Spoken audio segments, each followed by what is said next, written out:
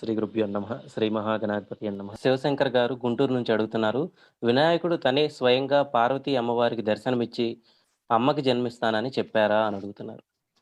సందేహం లేకుండా బ్రహ్మవైవర్త పురాణం అనే పురాణం చాలా గొప్ప పురాణం. అందులో కృష్ణుడి చరిత్ర ఎక్కువగా ఉంటుంది, రాధామాధవుల చరిత్ర అందులోనే ఉంటుంది. అందులో గణేశ ఖండం అని ఉన్నది. ఆ గణేశ ఖండంలో ఈ విషయం చెప్పారు. శివ పురాణంలో కూడా క్లుప్తంగా 2 ముక్కల్లో వస్తుంది. ఎందుకంటే ఒకప్పుడు పార్వతీదేవి నాకు మంచి కొడుకు కావాలి, ఆ కొడుకు కూడా విష్ణువు వంటి పరాక్రమం కలిగిన కొడుకు కావాలి అని కఠోర తపస్సు చేసింది విష్ణువు కోసం. తపస్సు పూర్తయింది. తపస్సు పూర్తయిన చివరి రోజున ఎప్పుడు కూడా జపం కానీ తపస్సు కానీ చేస్తున్నప్పుడు అన్నదానం చేయాలి. రోజు చెయ్యకపోయినా చివరి రోజైనా చెయ్యాలి. ఇది నియమం గుర్తుపెట్టుకోండి. అందుకే మేము ఏం చేస్తున్నాం, అనుదినము బోలెడంత మందికి ఇక్కడ అన్నదానం చేస్తున్నాం. సప్తాహాల్లో రోజు ఒక వంటావిడ మంచి ఆవిడ దొరికింది. హాయిగా పొద్దుట టిఫిన్లు, కాఫీలు, టీలు, మధ్యాహ్నం భోజనాలు, మళ్ళీ మధ్యాహ్నం పూట భోజనానంతరం గంటన్నర తర్వాత మళ్ళీ టీలు, కాఫీలు, సాయంత్రం పూట మళ్ళీ భోజనాలు, టిఫిన్లు, ఒకటి టిఫిన్ ఒకటి భోజనం అంటాడే. ఇవన్నీ ఉంటేనే అన్నదానం బాగా సాగితేనే దైవ కార్యక్రమం కింద లెక్క. మానవులు అన్నం తిని సంతోషిస్తే భగవంతుడు సంతోషిస్తాడు. అందుకే అన్నదానముతో సమానమైన దానం లేదన్నారు. అన్నం పరబ్రహ్మం అన్నారు. అందుకే పార్వతి కూడా తపస్సు పూర్తయ్యాక అన్నదానం చేయాలనుకుంది. ఆ అన్నదానం స్వీకరించడానికి ఎక్కడెక్కడ సాధువులు వచ్చారు, ఋషులు వచ్చారు. మానవులకి పెట్టిందంటూ ఎవరు, దేవతలకు పెట్టలేదు. మానవులు అయితేనే అన్నం తిని సంతోషిస్తారు. దేవతలకి ఈ అన్నం అక్కర్లేదుగా, వాడు యజ్ఞంలో స్వీకరిస్తారు. అందుకని హిమాలయ పర్వతాల్లో ఓ మంచి భవనంలో కూర్చుని భిక్షుకుల్ని పిలిచి అన్నం పెడుతూ ఉండగా ఆ కర్ణ అందరూ వెళ్ళిపోయాక, అన్నదానం పూర్తయ్యాక, ఆకులు ఎత్తి పారేశాక ఒక ఆయన వచ్చాడు. ఆయన ఓ 30 ఏళ్ళు ఉంటాయి ఆయనకి. మరీ బొత్తిగా నీలంగా ఉన్నాడు ఆయన. మంచి పసుపు పచ్చని బట్ట కట్టుకున్న సన్యాసి, బవిరిగడ్డం పెట్టుకున్నాడు. ఆయన వచ్చి భిక్షాందేయి అన్నాడు. అనగానే ఆవిడ అన్నం మిగిలింది పట్టుకొస్తానంటే, మిగిలిపోయిన అన్నం నాకు అక్కర్లా, గిన్నెలు అందరికీ వడ్డించాక ఆఖరణ మిగిలిపోయిన అడుగు పొడుగు అన్నం నేను తిన్నాను, నాకు పళ్ళు పట్టుకురా అన్నాడు.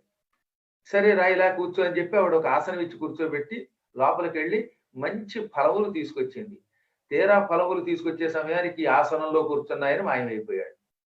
ఏమిట్రా ఈ భిక్షుకుడు ఇలా మాయమైపోయాడు, పళ్ళు తెమ్మన్నాడు తెచ్చి పెడదామంటే మాయమైపోయాడు అని చూస్తే శివుడితో ఆవిడ నిద్రించే మంచం మీద ఒక బాలుడు కనబడ్డాడు. అప్పుడు అర్థమైంది, వచ్చిన వాడే విష్ణువు. నాకు పుత్రుడిగా రావడం కోసం భిక్షుక రూపంలో వచ్చాడు, నన్ను అనుగ్రహించడానికి నా మంచం మీద పసివాడిగా కనబడ్డాడు అనుకున్నది. తెల్లని రూపంతో పసివాడుగా మారి అలా భిక్షుక రూపంలో వచ్చిన విష్ణువు ఆవిడికి దత్తపుత్రుడయ్యాడు. అందుకే విష్ణు అన్నారు ఆయన్ని. ఇది కూడా కారణం, శుక్లాంబరధరం విష్ణు అనడానికి మూల కారణం ఇది కూడా. అప్పుడు ఆయన నేనే విష్ణువుని, నీ పుత్రుని అన్నాడు. ఆ తర్వాత ఆవిడ పెంచి ఈ పిల్లవాడు పుట్టిన ఆనందంతో మంచి పేరంటూ ఏర్పాటు చేసింది. ఎక్కడెక్కడి వారిని పిలిచింది, అందరికీ మళ్ళీ భోజనాలు పెట్టింది. నా కొడుకుని చూడండి, ఆశీర్వదించండి అంది. పిల్లవాడు కాబట్టి అందరూ అక్షతలు వేశారు. భగవంతుడైనా చిన్న పిల్లవాడి రూపంలో ఉన్నాడు కనుక అక్షతలు వేశారు. ఆ కన్నా శనైశ్వరుడు వచ్చేట అందరూ అడిగాక శనిగారు వచ్చి తలలో వంచుకుని, అమ్మా నీ పుత్రుడికి శుభాభినందనలు అనగా అందరూ వచ్చి నా కుమారుణ్ణి తలెత్తి చూస్తే నువ్వు తల వంచుకుంటున్నావేమిటి అన్నది ఆవిడ. ఏం చెయ్యను తల్లి, నా భార్య నా మీద అడిగింది, నేను ఎప్పుడు చూసినా బయటే తిరుగుతున్నాను, నాకు కోపం ఎక్కువ. ఈ శనైశ్వరుడు కొంచెం కోపం ఎక్కువ. అప్పుడప్పుడు భార్య మీద గయ్యని ఒంటికాల మీద లేచేవాట. భార్య మీద కోపం ఇస్తే ఎక్కడ పడుతుంది, భార్యని గౌరవించాలని చేస్తున్నాం, చీటికి మాటికి అనుమానించి పక్కవాడికి చూస్తే చాలు అని అంటే కోపం వస్తుంది. దాంతో శనైశ్వరుడి మీద వాళ్ళ ఆవిడ కోపం వచ్చి, నువ్వు ఎవరికేసైనా సూటిగా తల ఎత్తి చూస్తే నీ చూపులకి అవతల వాడి తల పగిలిపోతుంది, దాంతో అందరూ నిన్ను తిట్టుకుంటారు, నీకు అప్రతిష్ట వస్తుందని చెప్పించింది. నా భార్య మహాతపస్యాలిని, ఆవిడ శాపం వల్ల నేను ఎవరికేసి చూస్తే వాళ్ళ తల పగిలిపోతుంది, కాబట్టి నేను ఎవరికేసి చూడకుండా ఇలా తల వంచుకుంటున్నానమ్మా అనగానే, నీ శాపం మీ ఆవిడ శాపం మానవులకి తప్ప నా కొడుకు ఎక్కడ పనికొస్తుంది చూడు అంది. ముందు వద్దన్నాడు ఆయన. అమ్మవారు గట్టిగా చూడమని బలవంతం చేశాక అప్పుడు ఆ పిల్లవాడి చేసి సూటిగా చూడగానే ఆ పిల్లవాడి తల పట్మనే శబ్దంతో పగిలిపోయింది. విష్ణుమూర్తి తల పగులుతుందా నిజానికి? భార్యని ఏడిపిస్తే ఆవిడకి కోపం వచ్చి శాపం పెడితే శాపం ఫలిస్తుందని లోకానికి చెప్పడానికి విష్ణువు ఆ తల అలా పగిలించుకున్నాడు. అంటే ఈ కథలో అంతరార్థం అయిందా మీకు? భార్యని నెత్తి మీద పెట్టి గౌరవించాలి, అనుమానించకూడదు. పిచ్చి వేషాలు వేయకూడదు. ఆవిడకి ఆగ్రహం కలిగి తీవ్రమైన బాధ కలిగి శపించిందా ఆ భర్తకి నామరూపాలు లేకుండా అయిపోతాయి. కాబట్టి భార్యని పార్వతిలో చూడండి అని ఈ కథలో మనకి సందేశం ఇచ్చారు. సరే ఇప్పుడు ఇంతకీ ఈ శనైశ్వరుడు భార్య శాపం వల్ల కుమారుడి కేసు చూడగానే కుమారుడి తల పగిలిపోగానే ఆవిడకి ఆగ్రహం కలిగి దుర్మార్గుడా, అసలు నువ్వెందుకు వచ్చావురా, వచ్చి నా కొడుకుని ఎందుకు చూసావురా, వాడి తలెందుకు పాల్గొట్టావురా, నిన్ను ఆహ్వానించాను అసలు నేను అని వెనక ముందు చూడకుండా ఈ రోజు నుంచి నీకు కుంటితనం వచ్చుగాక, నువ్వు పొంగు వైపు అంది. పొంగు అంటే కుంటివాడు అనమాట. ఆయన తెల్లబోయాడు. అనవసరంగా చూడటానికి వచ్చాను, వచ్చిన వాడిని తిన్నగా ఉండకుండా తలకాయ వంచుకుంటే నా కథ చెబితే నువ్వేమో బలాత్కారంగా తలెత్తి చూడన్నావు, నీ మాట వల్ల చూస్తే ఆయన తల పగిలితే వచ్చిన నా కాళ్ళకు వచ్చింది. మా ఆవిడ ఒక శాపమా, శివుడు ఆవిడేమో ఇంకో శాపమా, ఇలా అందరూ నన్నే శిపిస్తే నేనేమైపోతాను అన్నాడు శనైశ్వరుడు.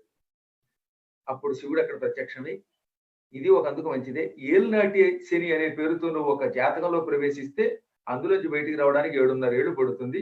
ఆ ఏలినాటి శని కాలంలో కుంటుకుంటూ ఆ ఇంట్లో ప్రవేశించు, అంటే జాతకంలో 7.5 ఏళ్ళు గట్టిగా చుట్టుముట్టి పట్టుకో, మిగతా కాలంలో నీకు కుంటితనం ఉండదు, కొంచెం మెల్లగా మాత్రం నడుస్తావు అని శాపాన్ని మార్చి, నువ్వు ఈ రోజు నుంచి ఎవరినైనా చూస్తే తల పగలదు, కానీ నీ విగ్రహమునకు ఎదురుగుండా నిలబడి నిన్ను పూజ చేసిన వాడికి మాత్రం జాతకరీత్యా సకల దోషాలు వస్తాయని ఈ శాపాన్ని మార్చాడు. శాపాలు కొంచెం మార్చాడు శివుడు కనుక.